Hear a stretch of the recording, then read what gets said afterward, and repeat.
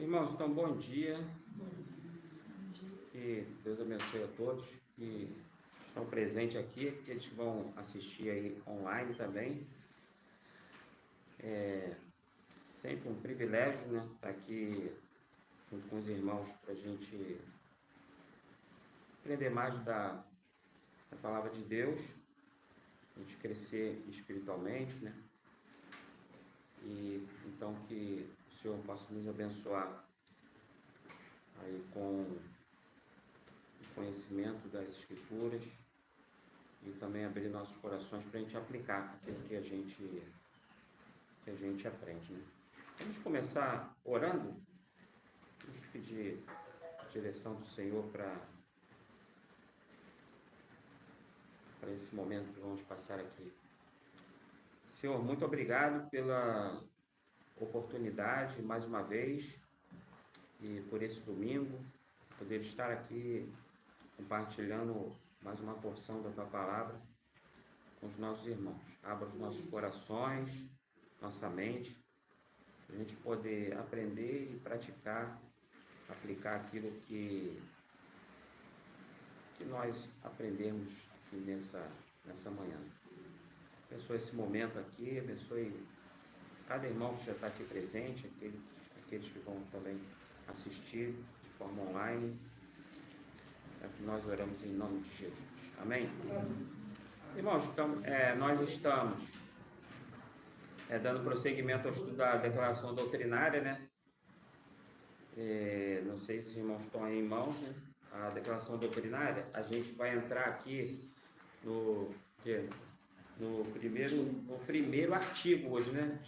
Essa é a quarta aula, então nós já falamos do preâmbulo, os princípios que vieram ali descritos no preâmbulo, alguns outros nas entrelinhas aqui, falamos sobre as confissões, né, na história, até chegar a essa declaração aqui. E hoje vamos entrar, propriamente dito, nos artigos. E o primeiro artigo é as Escrituras Sagradas, ok? Então, eu vou ler aqui o que está na declaração e depois a gente vai comentar, tá ok? Como de costume, vocês podem interromper, fazer pergunta, tá bom? Se for testemunho é 1 minuto, mas vocês podem ficar à vontade também. Quem tiver também online pode fazer a pergunta aí pelo chat, né?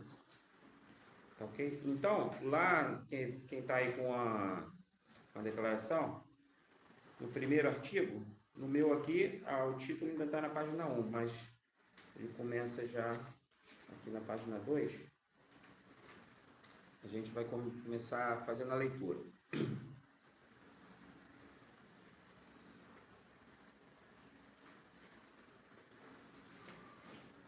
Diz assim aqui na declaração doutrinária: a Bíblia é a palavra de Deus em linguagem humana. A gente vai ver aqui que nessa parte aqui, tem 8 afirmações. E cada afirmação, depois logo embaixo, você vai ver aí que tem uma série de versículos. Cada afirmação tem uma série de versículos. E tem numerado aí, está numerado por quê? Porque é referente a cada afirmação. Então, a primeira afirmação a Bíblia é a palavra de Deus em linguagem humana. Segunda afirmação, é o registro da revelação de Deus, que Deus fez de si mesmo aos homens.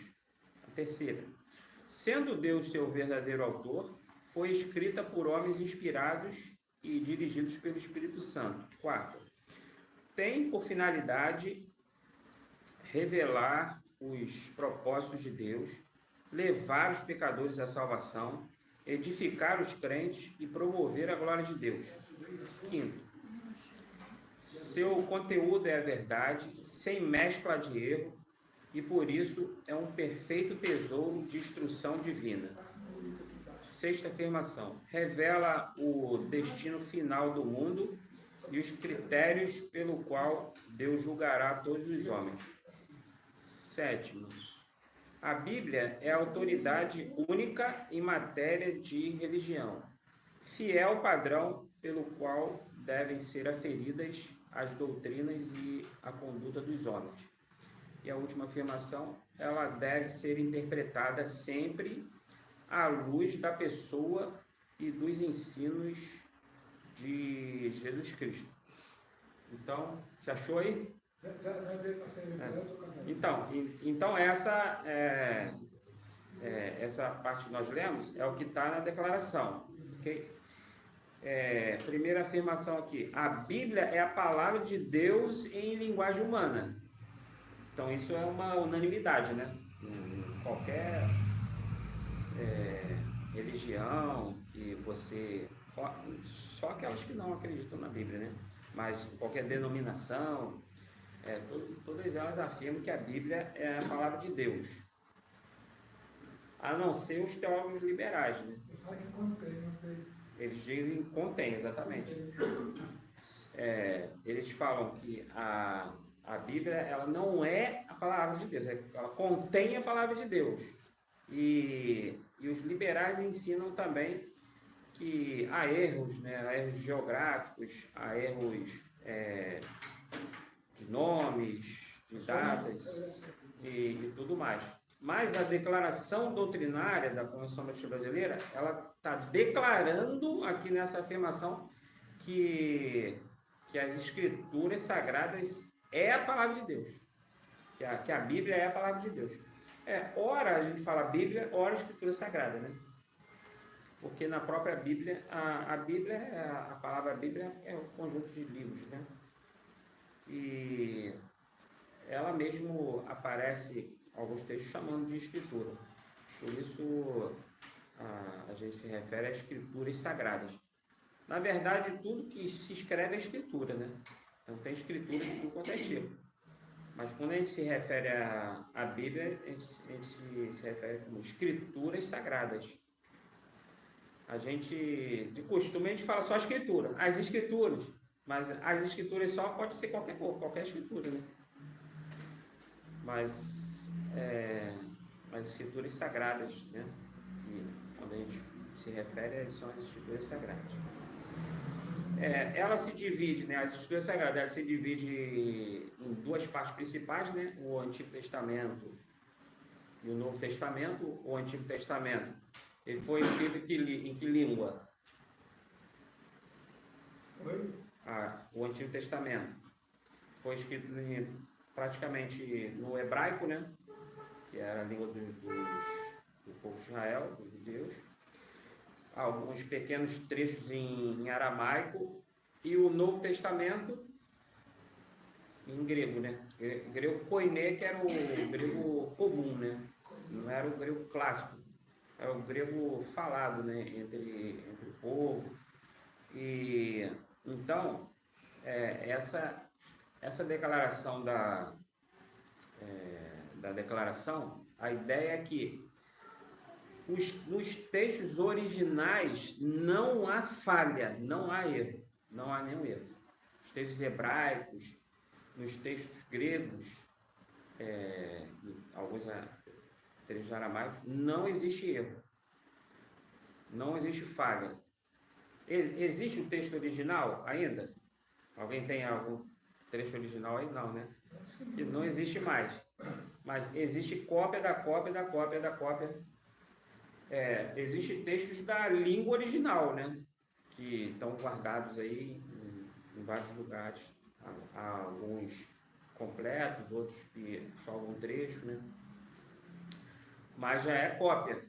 Mas essas cópias podem ter tido alguma diferença, mas não que interferisse no sentido do texto. Então, a declaração aqui, ela está afirmando que o texto original não existe erro, ok? O texto hoje, como a gente tem, é confiável ou não é confiável? É confiável. É confiável. Pode ter uma diferença entre uma tradução ou outra tradução, mas não perde o sentido o sentido original do texto. Ele diz aqui que ela é a palavra de Deus e é em linguagem humana. Por quê? Porque foi escrita na nossa linguagem, não foi escrita na língua dos anjos. Os anjos, eles apareceram, e quando eles apareceram, também falaram na nossa língua, né? Não falaram na língua dos anjos também. Toda vez que teve aparição de anjo, os anjos falaram com os homens da maneira que os homens pudessem entender, né? Então, a declaração, ela traz uma sequência de textos aqui sobre essa declaração, como Salmo 119, 89, para sempre, ó Senhor, está firmada a tua palavra no céu. Hebreus 1:1, havendo Deus outrora falado muitas vezes, de muitas maneiras aos pais, pelos profetas. Então você vê que a própria Bíblia está afirmando que Deus falou através dos pais, através dos profetas, e isso está registrado, né, nas Escrituras. Isaías 48 diz, seca a erva, cai a flor, mas a palavra do nosso Deus permanece eternamente. Está se referindo às Escrituras. Ela vai permanecer para sempre. Mateus 24, 35. Passará o céu e a terra, porém as minhas palavras não passarão. Lucas 24, 45, 46. Então lhes abriu o entendimento para compreender as Escrituras e lhes disse, assim está escrito que o Cristo havia de padecer e ressuscitar dentre os mortos no terceiro dia. Jesus estava falando, ele foi contando, né, sobre o que estava escrito no Antigo Testamento, né, na Torá, nos profetas, e ele se refere como sendo aquilo que Deus transmitiu. João 10, 35. Se ele chamou deuses aqueles a quem foi dirigida a palavra de Deus e a Escritura não pode falhar. Se referindo de novo à Escritura como palavra de Deus. Romanos 3:2, muita sobre todos os aspectos, principalmente porque aos judeus foram confiados os oráculos de Deus, se referindo ao Antigo Testamento. 1 Pedro 2:25. Desculpa, 1 Pedro 1:25. A palavra do Senhor, porém, permanece eternamente. Ora, esta é a palavra que vos foi evangelizada. 2 Pedro 1:21. Porque nunca, jamais, qualquer profecia, foi dada por vontade humana. Entretanto, homens santos falaram da parte de Deus, movidos pelo Espírito Santo. Então, essas referências são a respeito da primeira afirmação. Ok? Alguma pergunta até aí? Nada? Então, todo mundo concorda que a Bíblia é a palavra de Deus? Sim. Tem que observar na Bíblia, algumas vezes é escrito em itálico, né? Porque, dizendo que foi acrescentado ali, né? Por exemplo, línguas estranhas. Quando estranhas, ela foi acrescentada ali para dar mais um pouco de clareza, então ela está escrita em itálico, dizendo que foi acrescido ali para poder ajudar na compreensão. É colocar por algum copista, né? Algum copista. Tem coisas que o copista, ele, no texto original não estava aquele trecho, mas ele sabia que, por exemplo, em outro texto, o Evangelho Sinótico, tinha aquele trecho completo, então ele pega lá e completa, né? Deveria fazer? Não deveria fazer? Né? Mas ele não teve nenhum prejuízo, né? No sentido. Isso foi só a nível de esclarecimento mesmo. Há coisas que os copistas, como eles conheciam o contexto da época, eles até ajudavam no entendimento, né? Por exemplo, quando fala que quando ele falou de Maria, que a Virgem daria à luz um filho, em Mateus, ele está se referindo a um texto de Isaías, né? Mas quando a gente lê o texto de Isaías no original, a palavra virgem, na verdade, não é uma virgem, é uma jovem.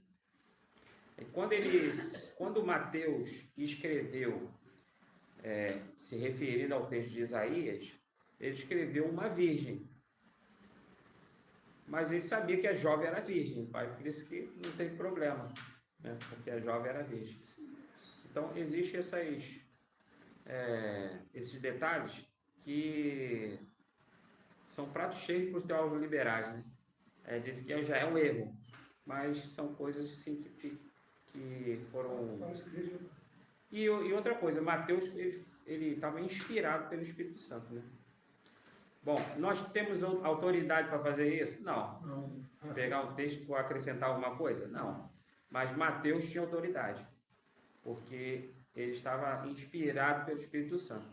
Só quem teve inspiração do Espírito Santo para revelar a vontade de Deus, sobre quem Deus sobre o propósito de Deus, são aqueles que escreveram aquilo que tá separado nas Escrituras.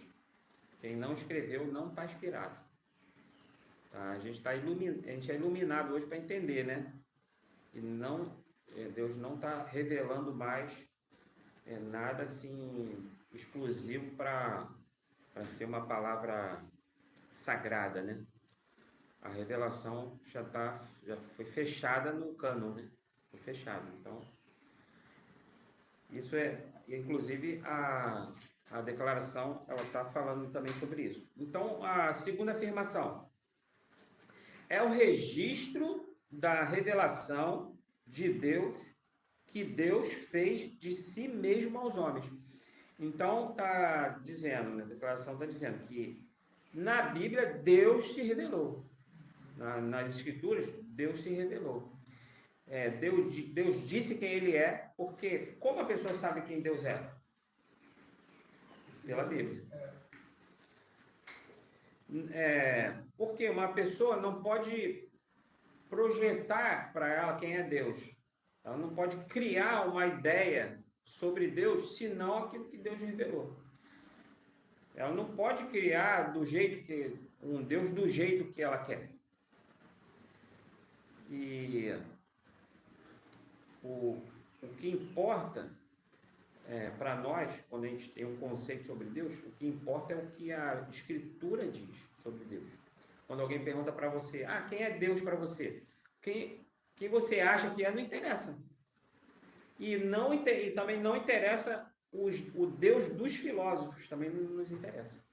Interessa o que a Bíblia fala sobre Deus. Ok? Uma dúvida? A Bíblia é o registro dos atos de Deus, tá? Que mostra quem Deus é, o que Ele fez com o povo de Israel, e depois com todas as nações, quem é Jesus Cristo, o que Ele fez e o que Ele fará. E aí vem algumas outras referências aqui. Depois vou passar para vocês, já está tudo separado aqui no WhatsApp, esses textos, para vocês depois conferirem, ok? Que do jeito que eu estou falando rápido aqui, não vai dar para ir acompanhando, né? Só se for bastante rápido aí. É porque eu já separei aqui os textos, né? Eu deixei separado aqui para a gente ganhar tempo. Mas se você for rápido aí, dá para acompanhar. Segunda afirmação, Mateus 22, 29. Respondeu-lhe Jesus, errais não conhecendo as Escrituras, nem o poder de Deus. Hebreus 1 e 2. Havendo Deus outrora falado de muitas maneiras aos pais, pelos profetas, nestes últimos dias, não falou pelo Filho, a quem constituiu herdeiro de todas as coisas, pelo qual também fez o universo. Então, a a pessoa erra quando não conhece a Escritura, ela não conhece a Deus. Então, por isso Jesus estava falando, vocês erram não conhecendo as Escrituras.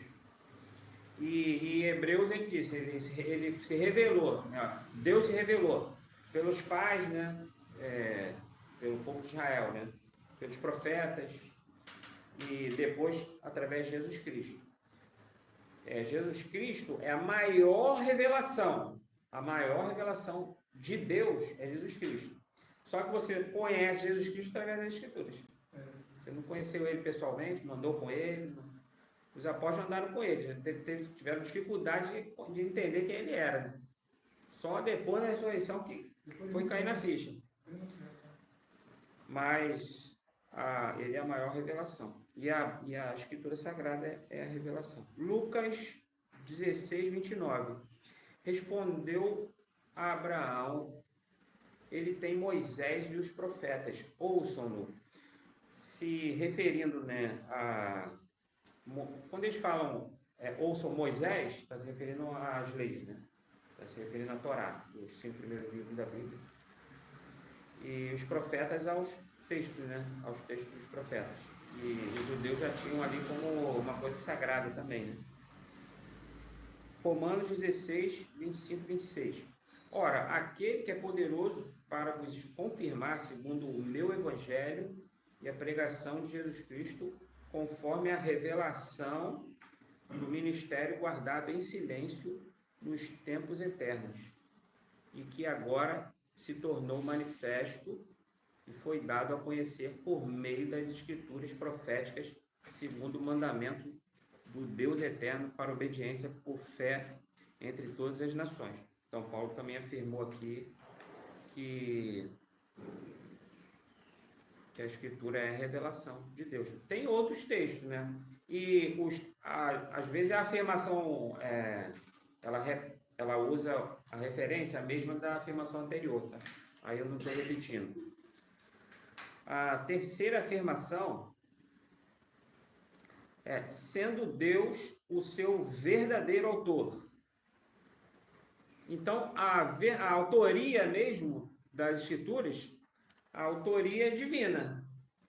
Por quê? Porque os homens que escreveram, eles foram inspirados pelo Espírito Santo, foram dirigidos, né?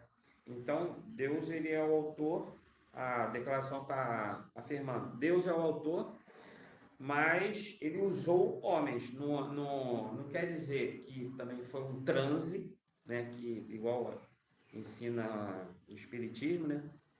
Que vai escrevendo, o Espírito toma a pessoa e a pessoa vai escrevendo, não foi isso, né? Mas foi uma inspiração.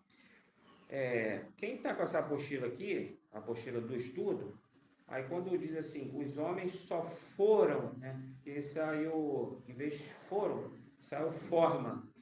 Aí depois risca, aí tá? Risca, porque eu vou fazer depois a revisão, aqui na terceira afirmação, quando está escrito assim, os homens só foram inspirados, conduzidos pelo Espírito Santo para escreverem as Escrituras Sagradas. Eles não foram inspirados para escrever todos os escritos. Por isso que, por exemplo, 1 e 2 Coríntios foi inspirada. Aí, em uma das cartas, diz que Paulo já tinha escrito uma, né? Então, seriam 3 cartas de Paulo aos Coríntios. Mas essa terceira carta que se desviou não foi inspirada. Por isso que ela não está no cânon. Vamos supor que fosse achada. Estaria no cânon ou não? Eu acho que não, eu consultava, sei lá. Sim ou não? Eu acho que não. Não estaria porque não foi inspirada. Não, se fosse inspirada, estaria na Bíblia. Alguém teria achado. Mateus escreveu lá o Evangelho de Mateus. Mas Mateus deve ter escrito muito mais coisa. Lucas deve ter escrito muito mais coisa. Mas ele só teve inspiração para escrever aquilo que está no cânon. Tem outros livros, Macabeus, Rimadeus, que não foi inspirado, né? Exatamente. Inclusive, quando a Igreja Católica, não no início, né, na Contra-Reforma, eles selecionaram alguns textos, colocaram no cânon, né? Mas eles inseriram depois, né? Mas para nós esses textos também não são inspirados pelo Espírito Santo.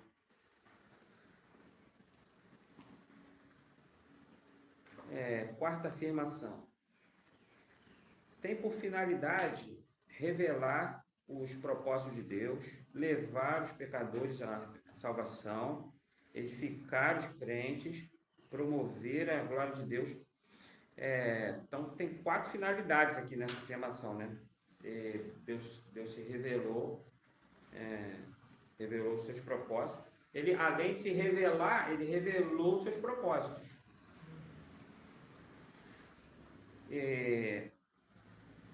Ele revela o que ele fez, né? E revela o que ele fará no futuro. A Bíblia fala sobre o futuro. Não é que fala tudo o que vai acontecer. Não fala os detalhes, como vai acontecer, o que vai acontecer com a nossa vida. Isso daí não está nem determinado. Não, alguns vão acreditar que está, né? Está tudo determinado, mas aí é questão de...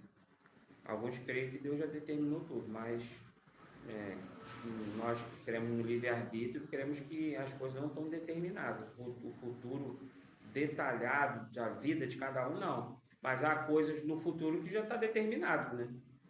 Por exemplo, Cristo vai voltar, já está determinado. Ninguém vai mudar isso. E o apóstolo Paulo falou, né, que se Deus, se ele falou, ninguém vai contra, né? Se Deus é por nós, quem será contra nós? E outros textos que dizem que a gente não pode ir contra a vontade de Deus.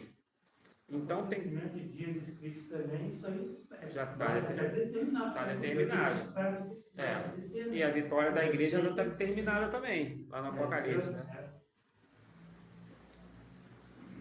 Que vai haver dias que vão ser tão abaláveis, mas aqueles que estiverem firmados em Cristo não se abalarão, né? Ele afirma também que é para levar os pecadores à salvação, e tanto que a Bíblia diz, o Paulo disse, né? A fé vem pelo ouvir pela palavra de Deus. Então, a Escritura, ela serve para levar os pecadores à salvação.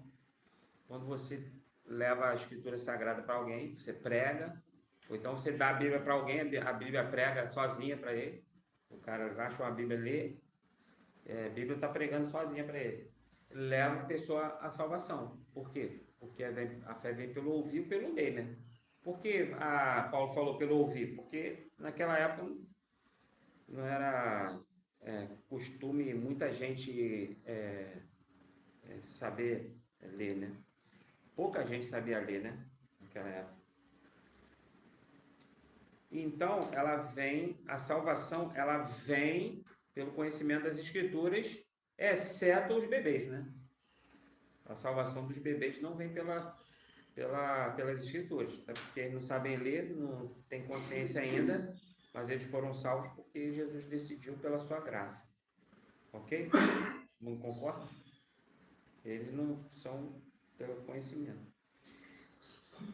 Serve para edificar os crentes. Então, a palavra de Deus que edifica a igreja e para promover a glória de Deus. Então, através das Escrituras, Deus é glorificado. Quando você prega, quando você fala da palavra de Deus para alguém, você está glorificando a Deus. Ok? Tem as referências aqui. Salmo 19, 7 a 9. A lei do Senhor é perfeita e restaura a alma. O testemunho do Senhor é fiel e dá sabedoria aos simples. Os preceitos do Senhor são retos e alegram o coração.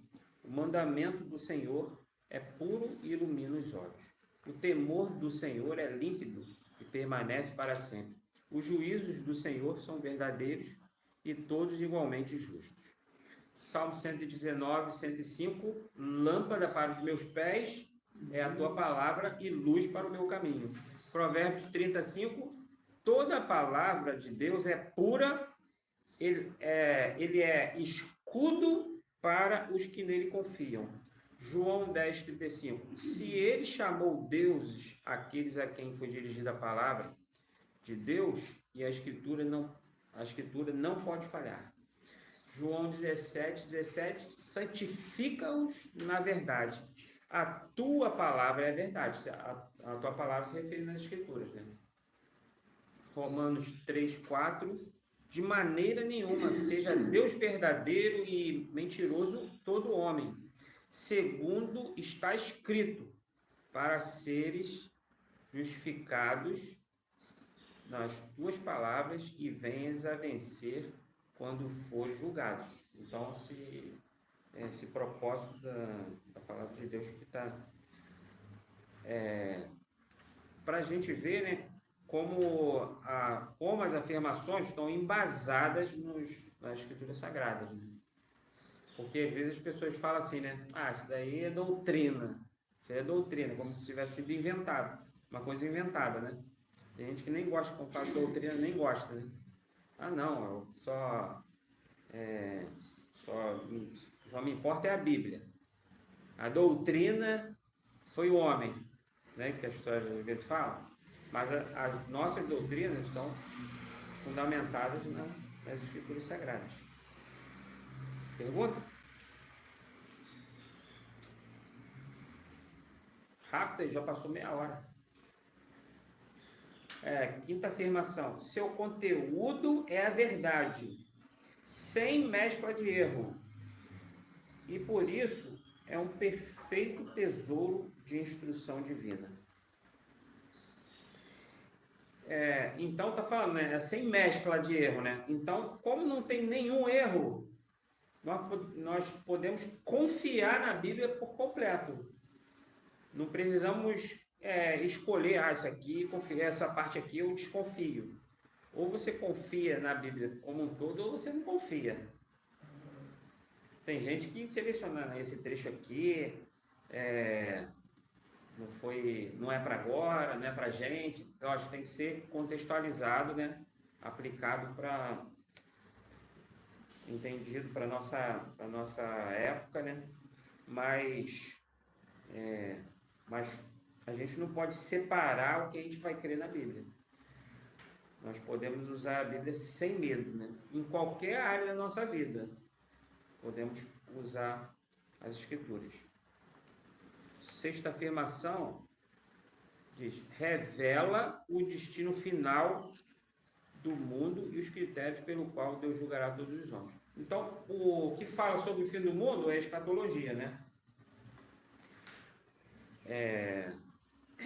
Então, essa afirmação, a declaração, tem 2 textos.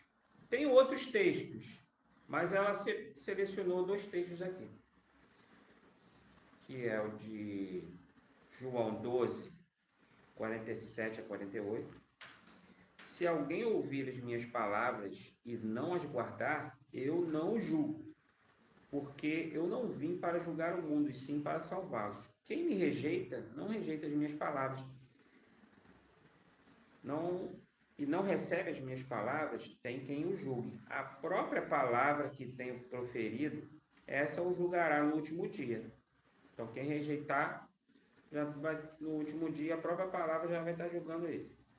Romanos 2, 12 e 13. Assim, pois, todos os que pecaram sem lei, também sem lei perecerão. E todos os que com lei pecaram, mediante a lei, serão julgados. 13. Porque os simples ouvidores da lei não são justos diante de Deus, mas os que praticam a lei hão de ser justificados. Então, a 7ª afirmação. A Bíblia é a autoridade única em matéria de religião, fiel padrão pelo qual devem ser aferidas as doutrinas e a conduta dos homens. Então, a declaração está afirmando. A Escritura dá a palavra final. A gente tem a nossa declaração, mas a Escritura dá a palavra final. A declaração tem que estar baseada nas Escrituras. Por quê? Porque ela é a autoridade final. Ela tem toda a doutrina que você escuta, ela deve ser verificada nas Escrituras. Então, durante todo esse tempo aí, que a gente aceita a declaração porque a gente verifica. Né? Então, eu concordo com uma confissão aqui da declaração porque foi verificado nas Escrituras Sagradas. As declarações, as confissões, ao longo da história, elas têm que ser verificadas na Escritura Sagrada. E aí, quando a gente vai discipular a pessoa da igreja, o discipulado está sobre as confissões e as declarações.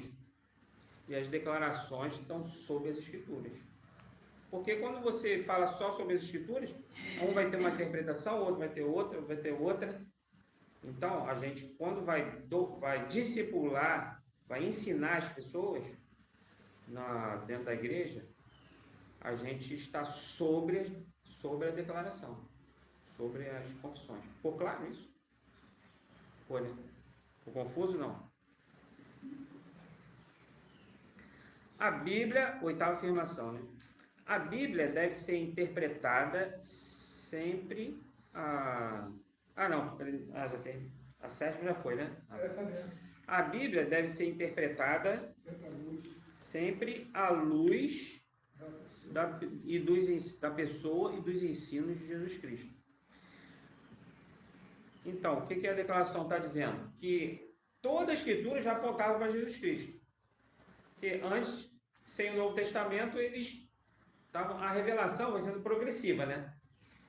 Eles apontavam para um Salvador, apontavam para a vinda de um Messias.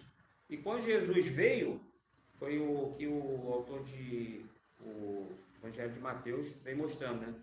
Olha só, as profecias, elas estão apontando para mim. Ele vai citando várias profecias e falando que está se cumprindo em Jesus.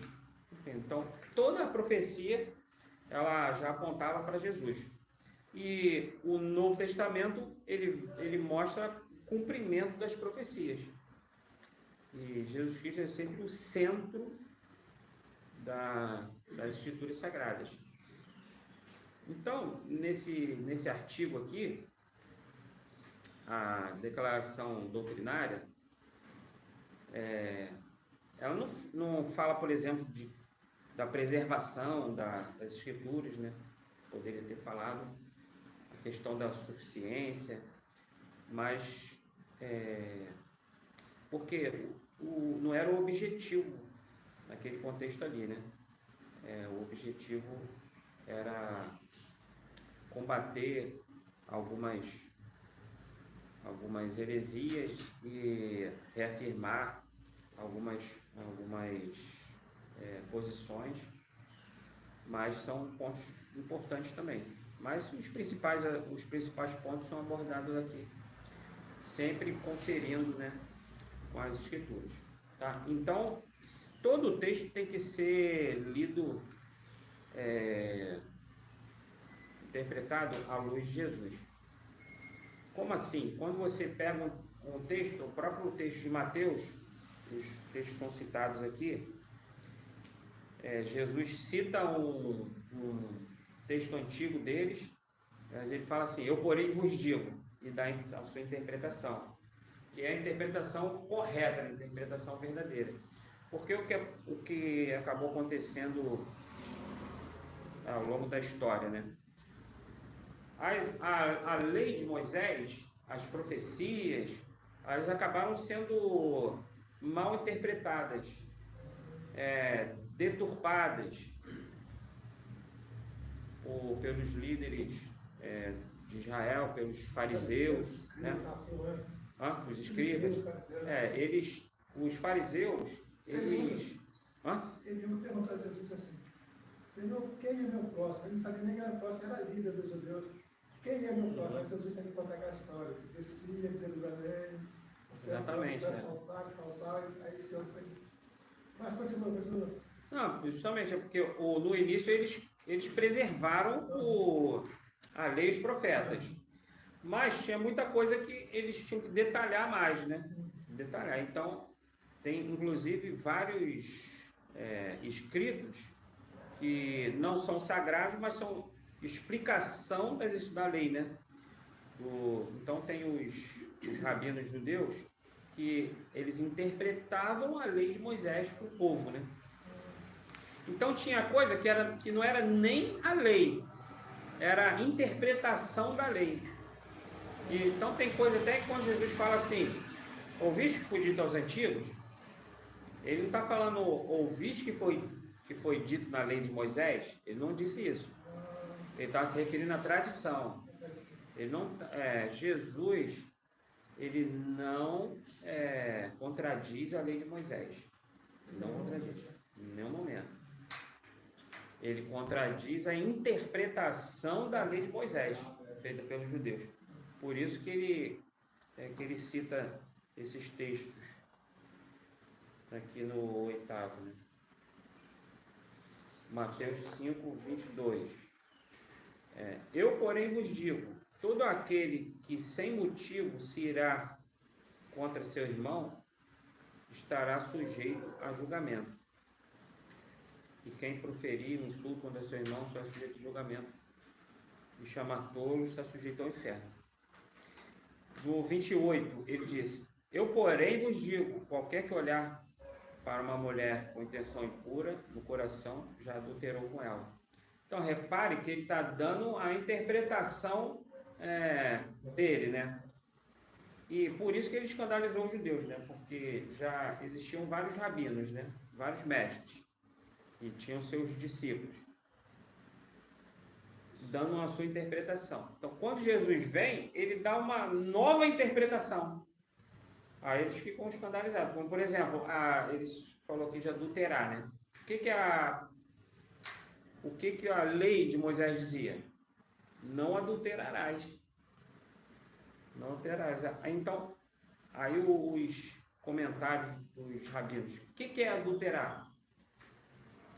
Aí eles achavam que não podia pegar nada de ninguém, tomar nada de ninguém, mas a interpretação de Jesus foi que se você desejar alguma coisa de alguém, você já está adulterando. Desejar a mulher do teu próximo, já está adulterando.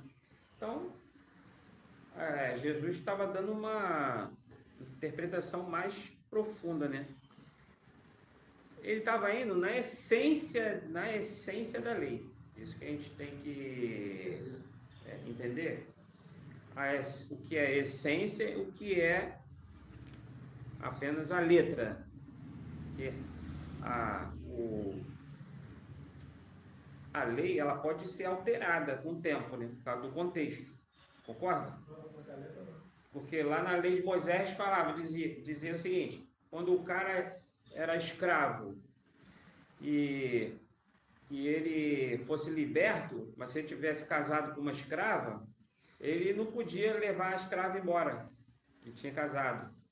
Isso era a lei, mas era a lei daquele contexto ali. Mas então a gente tem que entender qual o princípio daquela lei. Qual o princípio, né? O princípio que ele estava querendo dar valor à família. Tanto que o cara podia, se ele quisesse ficar com a família, só que a escrava tinha um dono também. Ele podia ficar escravo também, continuar escravo para poder ficar com a família. Então, isso que é um trabalho do teólogo, né?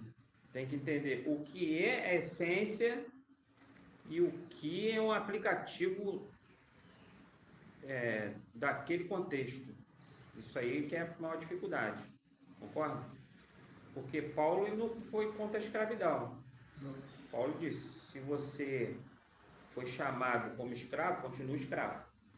Se você foi chamado livre, fica livre. Não aceita escravidão. Mas ele disse, se você tem um escravo, trata ele como seu irmão. Então, qual era a essência da lei? tratar o próximo como a você mesmo. Tratar igual como irmão, né? Porque quem tratava um escravo como irmão? Ninguém, pô. Já era um escândalo para aquela época. Então, no aplicativo de cada lei, o que a gente tem que entender? Para a gente não ficar escandalizado, né? Quando mandava apedrejar, era o melhor que se podia para aquele momento. A lei era o melhor para aquele momento ali. Depois a lei ela vai sendo alterada dentro de cada contexto, a cultura vai modificando, mas a essência é sempre a mesma. E quando Jesus vai dando a interpretação, ele vai na essência, né? Por isso que ele fazia a pergunta. Hã? Os fariseus perguntavam a Jesus, Jesus perguntava a ele. Porque ele fala.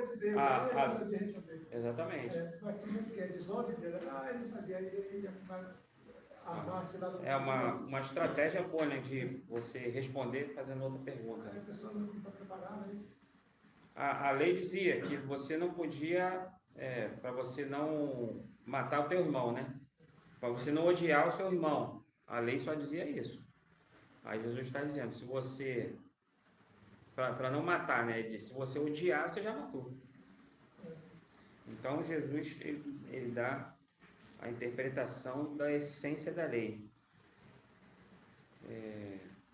Verso 32, capítulo 5 de Mateus. Eu, porém, vos digo, qualquer que repudiar sua mulher, exceto em casos de relações sexuais ilícitas, a expõe a tornar-se adúltera. E aquele que se casar com a repudiada comete adultério. Né? Então, ele vai dando a explicação correta da lei, da essência. 39. Eu, porém, vos digo, não resistais ao perversos, mas qualquer que te ferir numa face, oferece a outra. Então, ele vai mais além do que a lei dizia, né? O que a lei dizia, por exemplo, de quem te ferir? Quem te ferir?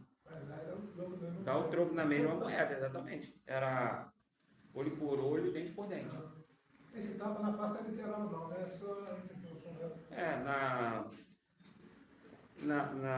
Na lei, né? Na lei de Moisés, alguns casos era praticamente literal, né? Se o cara roubou. Não, mas tinha uma punição para cada coisa. Então, se o cara roubou, ia lá, arrancava mesmo o braço, né? Mas, lógico que isso que Jesus está mostrando, que você tem que pegar o princípio da lei, não é uma coisa literal. Se alguém faz algo com você, não responda assim da forma instintiva, né? Não reage de forma instintiva. E outra coisa que o julgamento não estava, você não tinha autorização para dar uma sentença em cada situação, né? Quem tinha autorização eram os juízes. Né? Então era para você levar o juiz, não você dar retribuição. Você não tinha essa autoridade. Bom, tem outros textos, né, que Jesus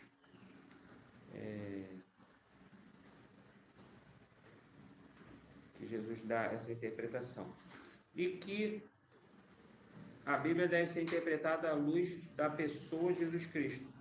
Também tem a referência aqui, João 1 e 2 e 14, que no princípio era o Verbo estava com Deus, o Verbo era Deus. Ele estava no princípio com Deus, no 14. O Verbo se fez carne e habitou entre nós, cheio de graça e de verdade, e vimos a sua glória como o unigênito do Pai. Então, o Verbo é palavra, né? Então, a palavra de Deus sempre existiu, né? Então, ele estava lá com Deus e chegou uma hora que ele foi e se encarnou. Então, Jesus é a palavra de Deus encarnada, mas a Escritura também é a palavra escrita. Ok? Perguntas? Então, eu vou fazer perguntas. Tá? Então, se a gente desfragmentar a Bíblia só para a gente entender melhor, né, como é que funciona, não que a gente não tem que crer como um todo, mas ela não foi escrita, ela não foi colocada assim no livro cronologicamente, tudo assim em ordem cronológica, né? Ela foi arrumada de uma maneira para tornar mais fácil da gente entender, né? Foi organizada para a gente entender. Então a gente tem que entender melhor um pouco assim dessa estrutura. O Antigo Testamento ele foi dividido em classes de livro. Então o primeiro grupo é o grupo da lei, né?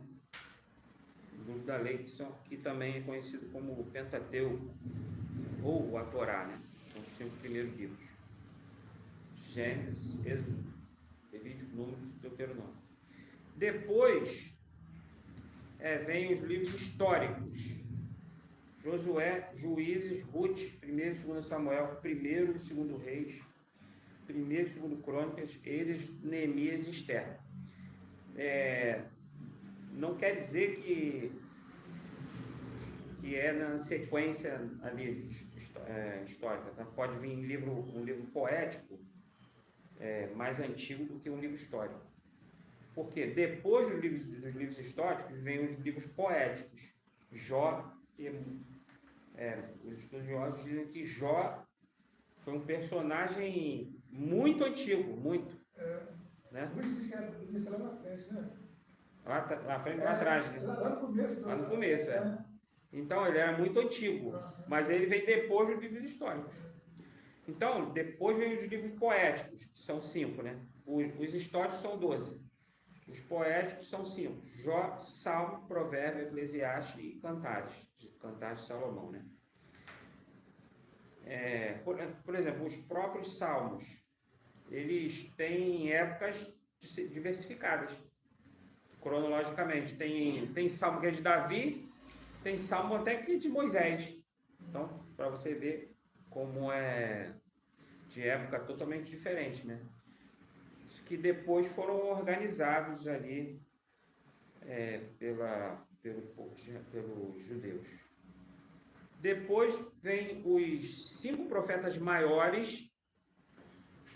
Por que são maiores? Que é do tamanho de Fernando? Não. São maiores porque o livro era maior, né? Os escritos eram maiores. Então vem os 5 profetas maiores e depois os 12 profetas menores. Então tem profeta, por exemplo, que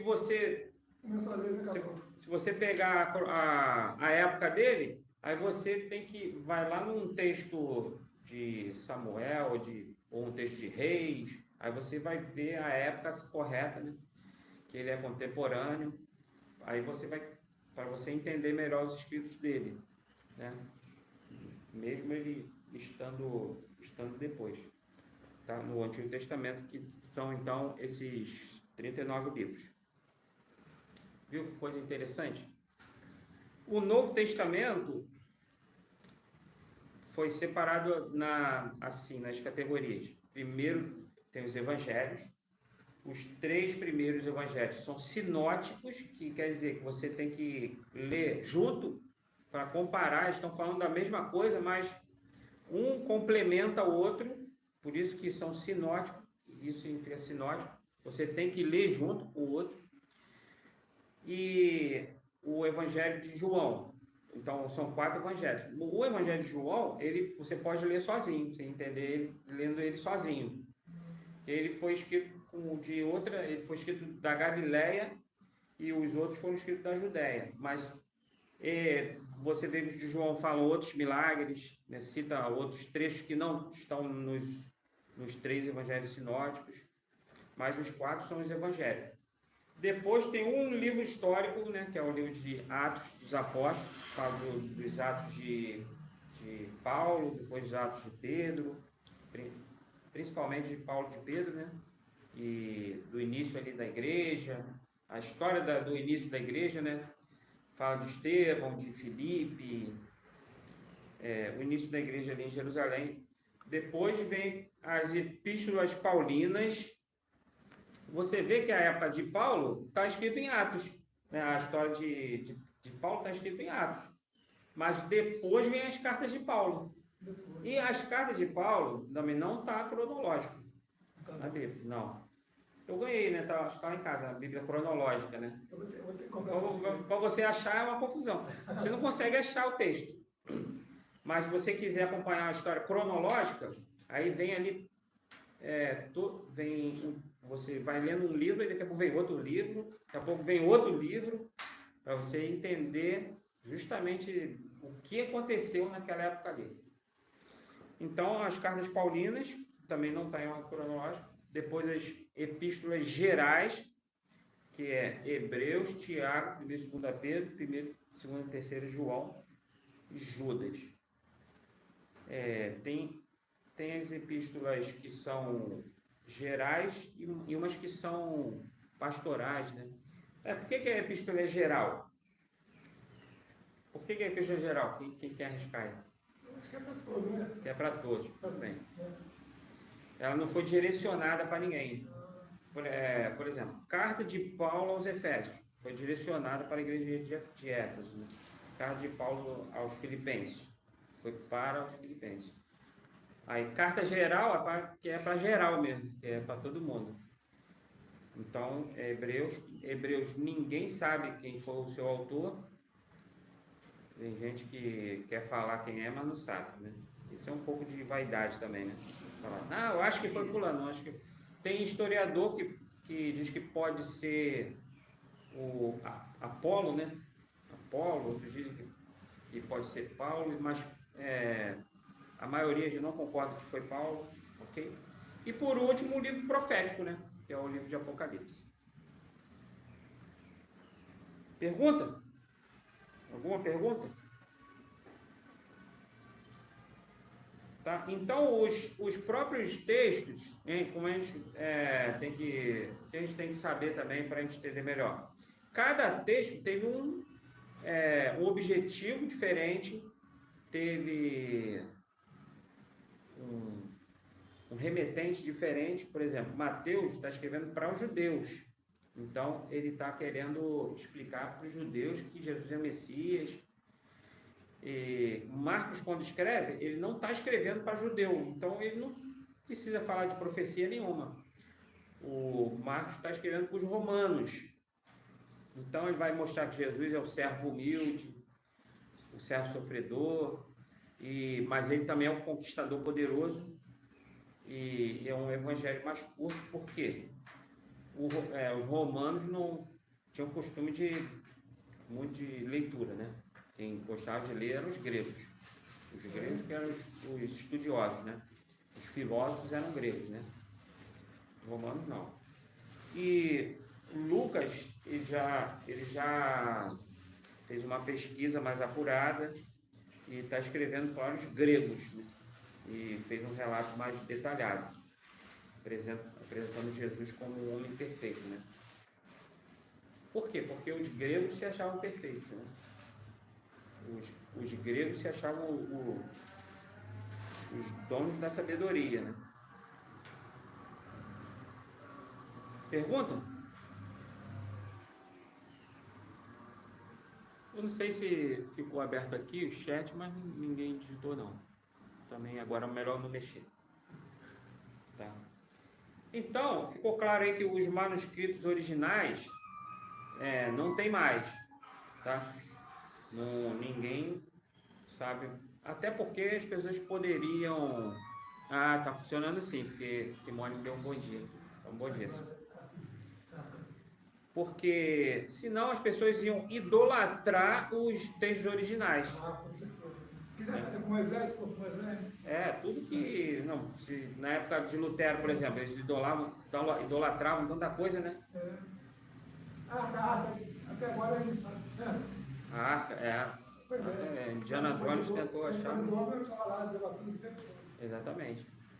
Até réplica, idolatra, né? Réplica. Imagina se tivesse original. Tá ok? Então, a gente tem que, para a gente compreender as escrituras, tem que entender isso, os costumes judaicos, tem que entender a época, né? E o contexto que foi escrito, né? Então, a declaração, ela não trata aqui como foi preservado esse texto original, como ele foi copiado, muita coisa foi escrito ali na época de cativeiro, teve a tradução do hebraico, o texto hebraico, o hebraico quase sumiu, né? Porque o povo de Israel era cativo, era escravo na Babilônia, quase se perdeu os textos. E uma coisa importante que aconteceu foi quando o Alexandre o Grande, quando ele espalhou a cultura grega, depois que ele morre, né, o antigo Epífanes, ele mandou traduzir, então, todas as escrituras hebraicas para o grego, foi chamada de Septuaginta, né? Ele mandou chamar 72 sábios, né? E que eram 6 de cada tribo, né? E então eu falei antigo Epifânio não, né? Mas eu falei, mas foi Ptolomeu Filadélfio que solicitou o sacerdote Eleazar que mandassem esses 72 sábios para fazer essa tradução. E esses 72 sábios, eles traduziram e compararam as 72 cópias, estavam iguais. E é essa tradução que foi muito usada na época de Jesus, porque na época de Jesus eles falavam grego, né? Eles não falavam hebraico assim. Que era mais usado era o grego koiné. Então aqui não trata assim a cópia como chegou para nós, né? Mas a Septuaginta, essa tradução grega, foi muito importante, né? O Novo Testamento depois ele foi sendo criado, mas no século XV o São Jerônimo, né? Ele traduziu para o latim toda a escritura, né? Traduziu a Bíblia toda para o latim. Por quê? Porque os romanos, né? A igreja, ela fazia as missas em latim e o latim tem influência até hoje, né? Na igreja, principalmente na católica. E a Vulgata, então, ela é a versão oficial, da Igreja Católica. E ela incluiu, né, depois incluiu livros apócrifos. E depois, né, foram chegando as traduções mais tarde, né? Você vê, depois da Reforma, que começou a ser traduzida, né? O Lutero traduziu para o alemão. Alguns homens morreram tentando traduzir, né? Antes da Reforma. Lutero traduziu a Bíblia para o alemão e depois, até chegar a nós, teve aí muita história. Alguma pergunta sobre esse primeiro artigo? Então, o nosso primeiro artigo que a gente tratou hoje foi sobre as Escrituras Sagradas, ok? Depois vem aí o segundo artigo, que é sobre Deus, né? Aí vai falar Deus Pai, Deus Filho, Deus Espírito Santo, tá? Aí vai ficar então para a próxima aula, ok? Algum comentário, alguma pergunta? Não? Então, estamos finalizando então a nossa aula de hoje, tá bom? Deus abençoe a todos.